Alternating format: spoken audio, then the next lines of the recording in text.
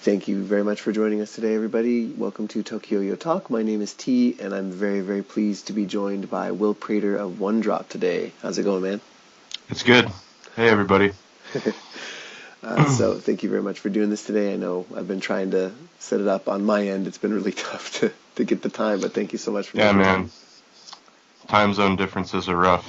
Definitely. But yeah, thanks for coming today. So what are you up to today? Oh, not too much, man. I kind of took care of all my responsibilities for the day this morning, so I've basically got the rest of the day to do whatever I want. Nice. Yeah. Cool. All right. Well, thank you for setting aside some time for me. Yeah, of course. All right, cool. Well, so I guess the first thing I wanted to ask you about today was, since I'm sure everybody knows who you are, but just in case somebody sadly didn't know who you are, what you're about, or who you're with, you want to tell us a little bit about yourself? Yeah. So my name's Will Prater. I've been sponsored by One Drop for about 4 years now. I've been yo-yoing for just over 5 years. And I'm super happy with them, and I'm super happy with the yo-yo community. It's really great. Nice.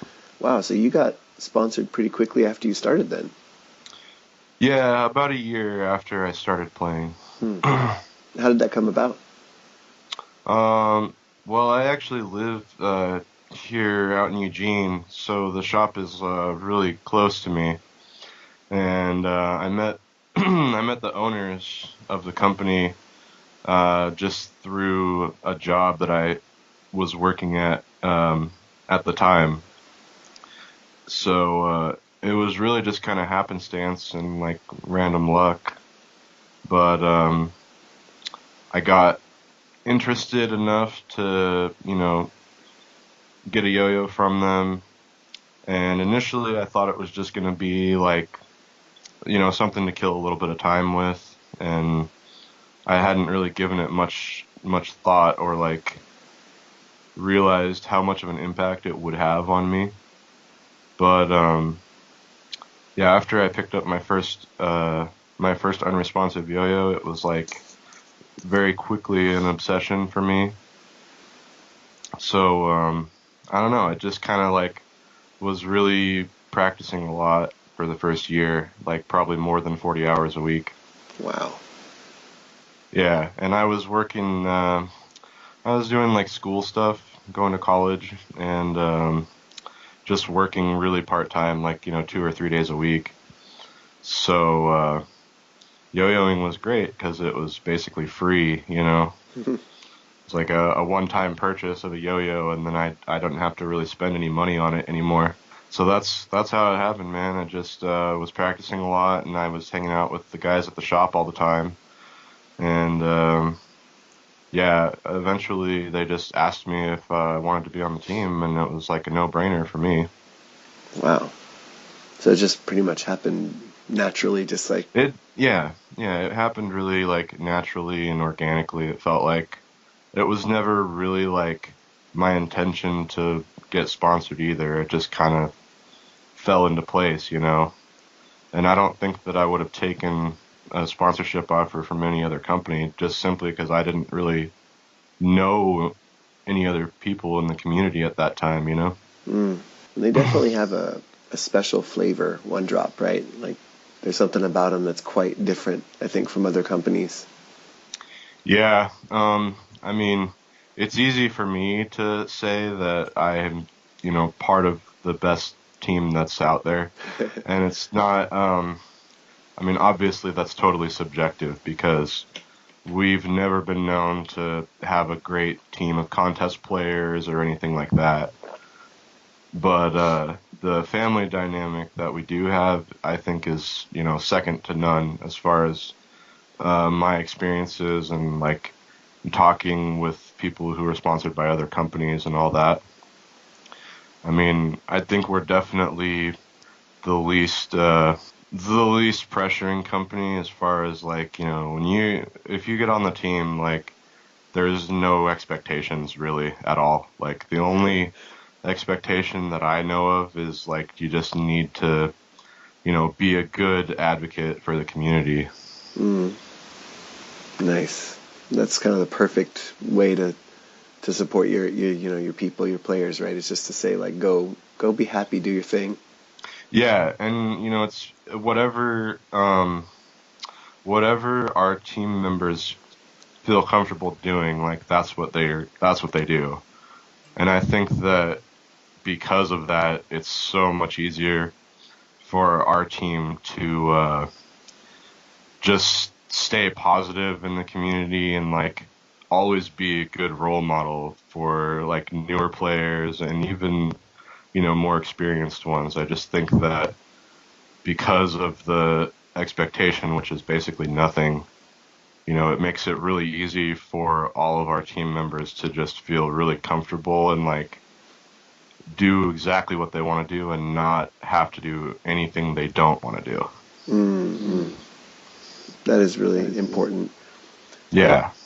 Sometimes you see like a certain, I can't name a company off the top of my head right now, but you do hear about like certain players who feel the pressure from the company or they're not allowed to use other companies' yo-yos, and it always kind of makes me think like, well, it's nice to be a big fan of that company, but then at the same time you don't have a lot of freedom.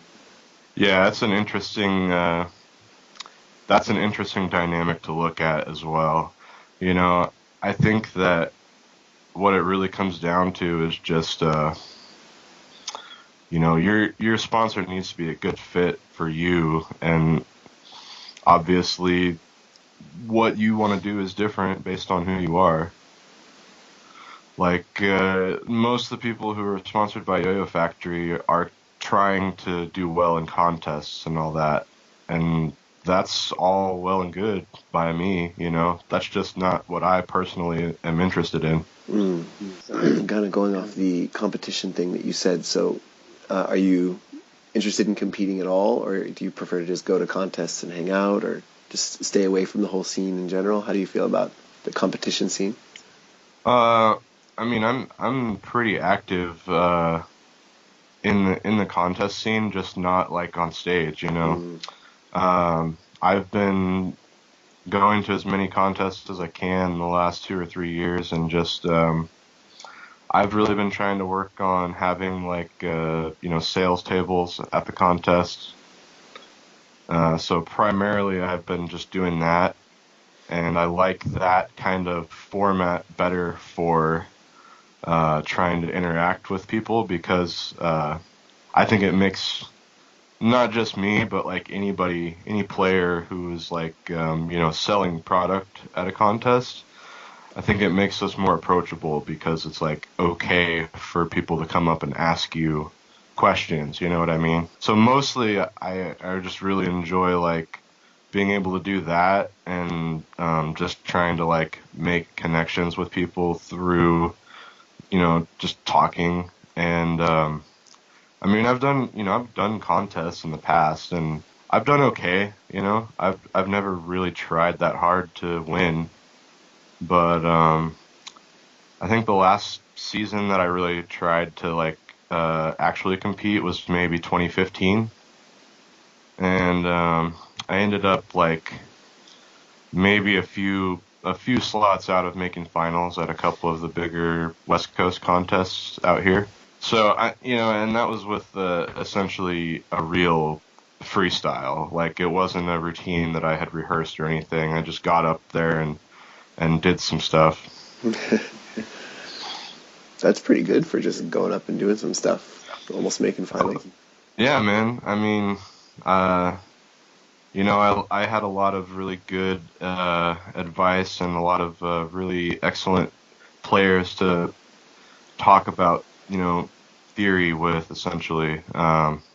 Namely, Paul Tang was probably my biggest influence in that aspect, because he was a huge advocate for just actually doing a freestyle. That may or may not have been something that people actually know about him, but I'd say pretty much every freestyle that he's done is actually a legitimate freestyle. Like he's never rehearsed a routine, you know what I mean? Mm-hmm. Wow. Yeah, I've always kind of wondered about the that label because when I first started getting into yo-yo and I heard that like competition freestyle, I thought it was like, oh, it's like a break dance or something. Like I don't know how that's because you always talk Yeah, about years of a year of practice or preparation, but I think I mean originally, in the 90s and early 2000s even, the format for contests was a bit different, and it was actually, people were doing more of a real freestyle. mm, I've talked with Mark Mont about this a lot, and he's always kind of just slightly disappointed at the way things have turned out because he misses the days where people would just get up on stage and show you like their newest elements that they have, or just stuff that they've been working on but haven't like rehearsed a routine with music cues and all that. So yeah, to me it's like the word freestyle in the context of competition now is not really an accurate word, I guess. Like for me, I think routine is a more accurate description because that's really what you need to be doing with the current judging system and all that. You just have to have a routine that you've rehearsed. right, tricks that click. Yeah, tricks that click, and they've really started putting more of an emphasis on like performance evaluations as well. I think they changed the format just for like this past season, and then like moving into the 2018 season, they're really trying to put more of an emphasis on having like a some kind of performance value to your routine. Is that meaning like the sort of the presentation or your personality on stage? The perfect example of that model to me is like looking at Gentry Stein. Mm, He's got that model where he does tricks that click and he does them, queued up to music, and he'll take a really simple trick and do something really flashy with it or sync it up with some kind of musical interlude, just that kind of stuff, things that spectators can enjoy without mm, having to actually be like yo-yo players. Just elements and everything that people do now that you know people who come to watch a contest that don't yo-yo, they're not gonna be able to like analyze what those people are doing. mm. Like so it's you got to have a balance, I think. I've actually decided that for next season I'm gonna try and compete a little more seriously. So I've been really trying to figure out like where I can fit my style into the current judging system and all that. Kind of going back to one thing you said about the your presence at contests, Hmm. I really think that that sort of presence is undervalued. There's like a lot of talk about, like you said, the stage presence and stuff like that. But you know, Hmm. I don't have access to many contests in Japan, but I tend to go Right. to nationals, and then there's another open yo-yo contest. I usually see like Chris Makita from Duncan or Marcus Coe is there showing off his stuff, and it's really nice to see them. And even if I don't really talk to them that much, seeing them there and like teaching people tricks, I think it's really important.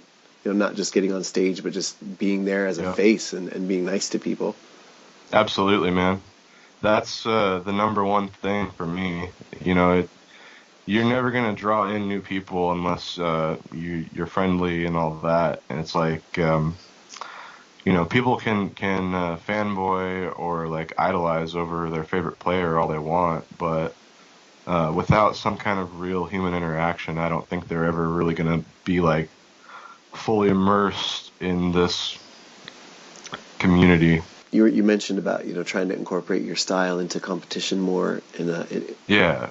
I was thinking about when I first saw one of your videos. Actually, it was I think it was a video for the prescription way back when it first was coming out. Just a little trick circle Okay. on Instagram, Mhm. and I was really struck by your style. I'm always really what's the word? I'm always really taken aback by the smoothness and the style of One Drop team members. I've talked to Dr. B and I've talked to Talia on the show before. I think you guys all shared that. It's very individualized, but everybody has that really smooth, what did Dr. B call it? Like groove? Like that Yeah. kind of, almost like hip. It's almost like every single routine is set to hip hop or something. It's really, it's awesome. How do you develop your style? How do I develop my style? That is a really good question. I might need to just think on that for a second. But thanks for the compliment, man. I really do work on smoothness, and that's, I think that it shows in my stuff. And yeah, like you said, a lot of our team members really try to work on presenting like very smooth, clean lines. For me, I really try to kind of isolate myself as far as like trying to learn new momentum changes or any kind of like slack tricks, because those are really my favorites. And I don't think that it's ever gonna be like I'm never gonna have the same kind of influence in the community that a lot of like big players have had, but I'm okay with that. So I don't ever try to like worry about making really technically difficult tricks or trying to do stuff that's really hard just for the sake of being hard. Um, for me, it's really just about like presenting things, just presenting elements that are simple, but like in my way. So a lot of my style, I think, has just come from really not trying to learn anybody else's tricks. Interesting. I think that's the biggest one for me. Is like I spent my first maybe 2 years of yo-yoing like strictly not watching videos of people and actively trying to not learn people's tricks or like imitate their movements. And so I think as a result of that, the last maybe year or two is when I've really kind of started to develop my own style. And that's something that it's just a constant process, as yo-yo players, that's something that I think we're always working on.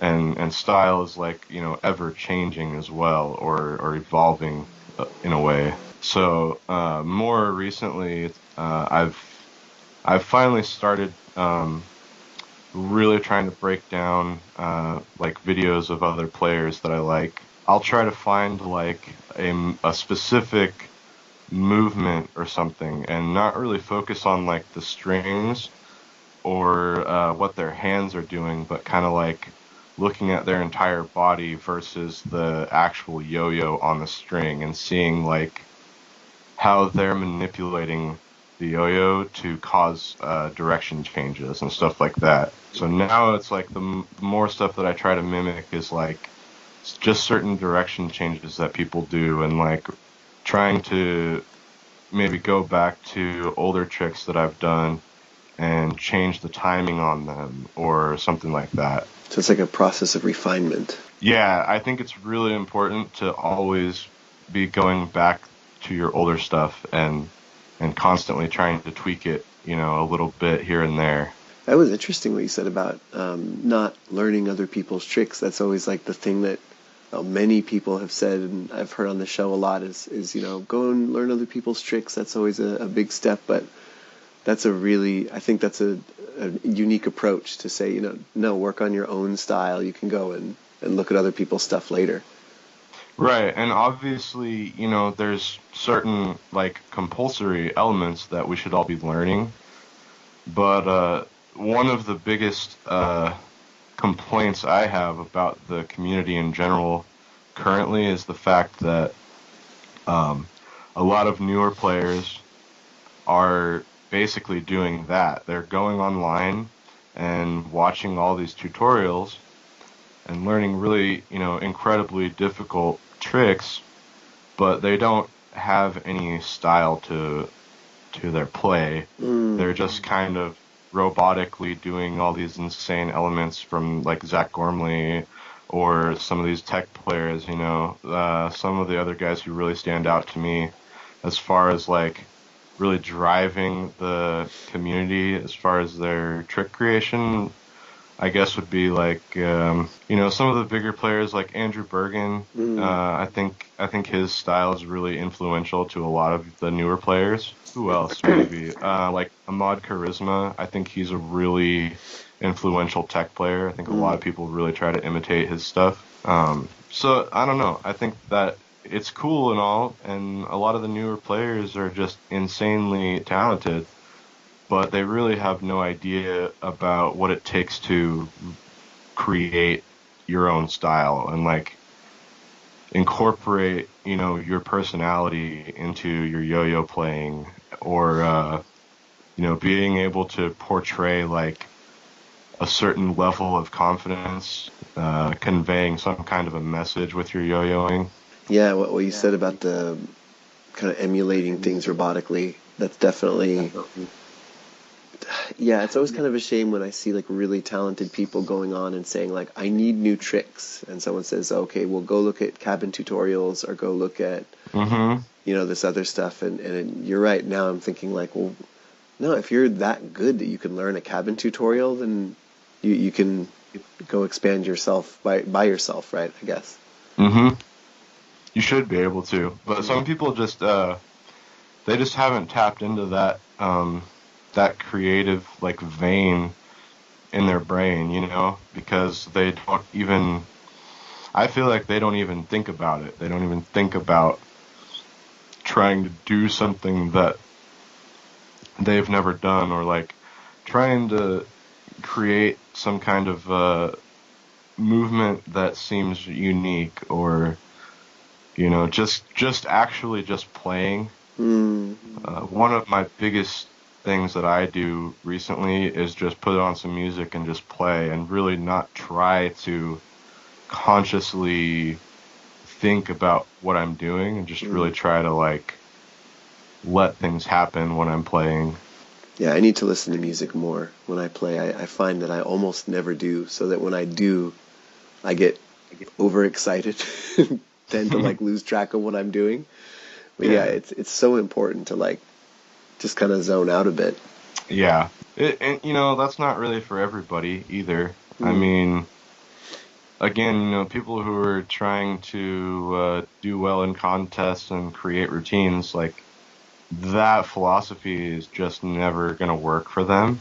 So, you know, it's like taking the comparison of, again, somebody like Gentry to, say, Charles Haycock, who has, you know, one of the most organic and natural styles that you'll find. And it's hard to, if you talk to Charles about his, like, trick creation process, or, you know, just anything in general, it's almost hard to accept what he tells you. You know, because you'll go up and ask him about some video he did where he did this one trick, and he'll look at you with a 1,000-yard stare and say, I don't know what you're talking about. I don't know how to do the trick, man. I just do it. That's awesome. And it's like, it's just, man, the first time I talked to him about it, I remember just being almost mad. And I just couldn't accept that was actually what he was doing, you know?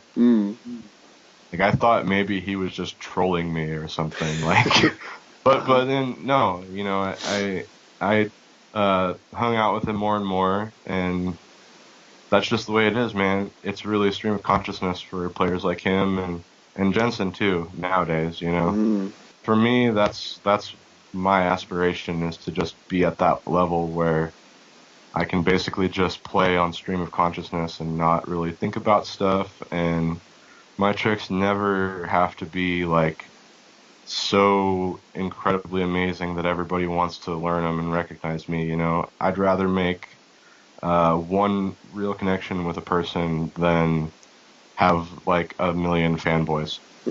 Well, that's all I have from me. I have a few Instagram questions here, if you'd be Okay. okay with answering those. Yeah, man, for sure. All right. So our first one here, you probably can answer this very easily, but comes from Corrales, and he asks, "How did you like being on Corrales' podcast?" Carl's podcast was great, man. He had a lot of really good questions, and he really tried to learn more about me, like outside of yo-yos as well, which was nice. Hmm. The interview was good overall. I don't know if you listened to it or anything like that, but I did, yeah. I thought it was good. Yeah. Nice. Yeah, he's a pretty interesting guy. I was on his first episode. I loved like you said, the questions he had were pretty, not just like the "what are your favorite yo-yo" questions, but Right. it was interesting. Our next question comes from T Wells 1226, and he Okay. asks, "Do you stick with One Drop's 10-ball bearing when you get a new yo-yo?" That just depends on the yo and my mood. I would say probably 90% of my yo-yos just have a 10-ball flat bearing in them. And the reason for that has to do with being able to feel the yo-yo on the end of the string. Any of these like concave bearing designs, it's a lot harder to actually like feel the yo-yo on the end of the string, basically. Mm, It's like people can argue about concave bearings having more spin time, but really it's so negligible. Like you're already past the point of diminishing returns as far as I'm concerned. Like you should never have to have your yo-yo spin longer than like 45 seconds, really. right. So if you can get a solid 45-second spin out of like a medium throw, then it doesn't really matter what bearing you're using. Next one comes from Revolution. I think it's pronounced Bjorn. Revolution Bjorn, who says, "What do you think about fidget spinners?" I like fidget spinners, they're cool. I mean, they're not like my thing really. I don't personally own one. I've I picked up a Trillium, from the guys at One Drop when they were pumping those out, Mm. and it was it's great. I mean, it's probably one of the best fidget spinners on the market, but it just I don't know. It held my attention for like a couple minutes at a time, and I ended up just giving it away to a friend because I just never used it. Mm. Are they still big in America? I know they're just hitting in Japan. Not really. Like it's kind of that flavor of the week is kind of come and gone. It Yeah. seems like. Our next question is from, I think it's 5 Hokata, who Okay. says, "In this picture, why do you look so angry? Did you always get the intense yo-yo face, or?" Sometimes, man. I also just don't really have like my resting face is just kind of frowny and angry looking. I think also.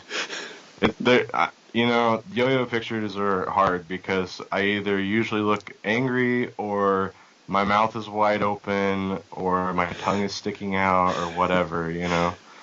It's just things you do when you're trying to focus on a trick and you can't really help the faces that you make, or at least I can't. I'm the same way. My tongue is always sticking out during everything. Yep. I've actually had a lot of subscribers call me out on it before. Like, "Can you keep your tongue like in your mouth, please?" I'm sorry. Oh, whatever, man. Look at Michael Curdy, dude. Every good picture of him on stage, he's got his tongue out. Right. I always tell them it's like, well, Michael Jordan did it, so. Yeah. Michael Jordan was like the greatest, man. Whatever. So our next one here, this is more of a comment, but Silas Yoyo says, "I thought that was DJ Khaled." That's funny. Yeah, I actually went and looked at a picture because I was familiar with it, but then when I saw it, I was like, oh, okay, yeah, I could see that. I could kind of see that too. That's pretty good though. Random correlation. Yeah. those two communities intersect, I guess. Oh yeah. Oh yeah. Cool. All right. Well, actually, that's everything I have for you today. But Okay. thank you very much for joining me. It was a lot of fun talking to you. Thanks for telling us about everything. Yeah, man, no problem. Is there anything you want to leave people with? Anything you want to tell them about before you head out? Mm, stay in school, kids. Learn your own tricks. Create your own styles. It's more fun, I promise. Awesome. Perfect. All right. And people should go check you out. Obviously, check out One Drop Yo-Yos, but also check out your Instagram, right? Will Mm-hmm. Prater. Yep, that's me. Yeah. I'm on Facebook too. I don't do like Twitter or anything like that, so I'm not too crazy on the social media, but I have been trying to post more yo-yo stuff on my Instagram lately. Nice. All right. Make sure everybody you go check them out. And yeah, so thank you very much. What I like to do before we head out, if you're willing, is ask the guest to say the TokYo-Yo catchphrase, Okay. which is Sayonara, because I love lame puns. Oh, okay. Well, sayonara. That was perfect. Best sign out ever. All right. Yay.